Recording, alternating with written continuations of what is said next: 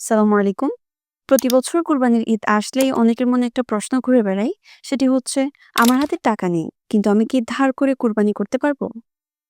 তো চলুন, আজ আমরা কোরআন ও হাদিসের আলোকে এই প্রশ্নটির উত্তর খুঁজে বের করি।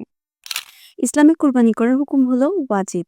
যদি কারোর কাছে নেশাব পরিমাণ সম্পদ থাকে, অর্থাৎ ঈদের দিন তার নিত্য প্রয়োজনীয় খরচ বাদ দিয়ে অতিরিক্ত যে সম্পদ থাকে, তার মূল্য যদি হয় ৭.৫ তোলা স্বর্ণ অথবা ৫২.৫ তোলা রূপা বা তার সমপরিমাণ টাকা, তাহলে তার উপর কোরবানি ওয়াজিব। এখন প্রশ্ন হচ্ছে, যদি কারোর কাছে কোরবানির টাকা না থাকে, তাহলে কি ধার করে কোরবানি করা যাবে?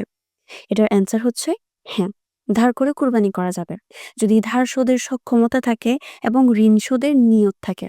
কারণ কোরআনে আল্লাহ তাআলা বলেছেন, ফাত্তাকুল্লাহা মাস্তাতারতুম, তোমরা আল্লাহকে যথাসাধ্য ভয় করো। সূরা আত-তাগাবুন ১৬ নং আয়াত।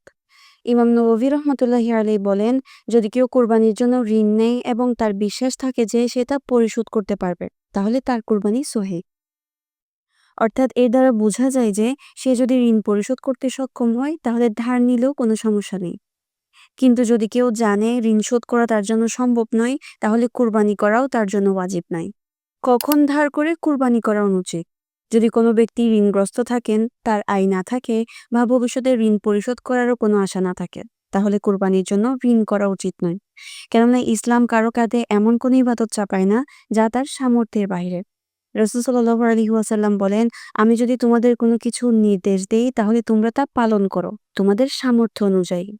সহিহ বুখারী ৭২৮৮ নং হাদিস। সুতরাং বলা যায়, ঋণ শোধের সামর্থ্য থাকলে ধার নিয়ে কোরবানি করা জায়েজ, কিন্তু যদি ঋণ শোধের সামর্থ্য না থাকে, তবে জায়েজ নয়। কোরবানি আমাদের জন্য একটি ইবাদত, আমাদের তাকওয়া, ত্যাগ ও ঈমানের প্রকাশ। যদি আল্লাহ তাআলা সামর্থ্য দেন, তাহলে কোরবানি করুন, আর যদি সামর্থ্য না থাকে, তাহলে আল্লাহর কাছে দোয়া করুন। তিনি যেন আমাদের রিজিক বৃদ্ধি করে দেন। জাযাকাল্লাহু খাইরান। সালামু আলাইকুম। এই ধরনের আরো ভিডিও পেতে আমাদের চ্যানেলে কানেক্টেড থাকুন।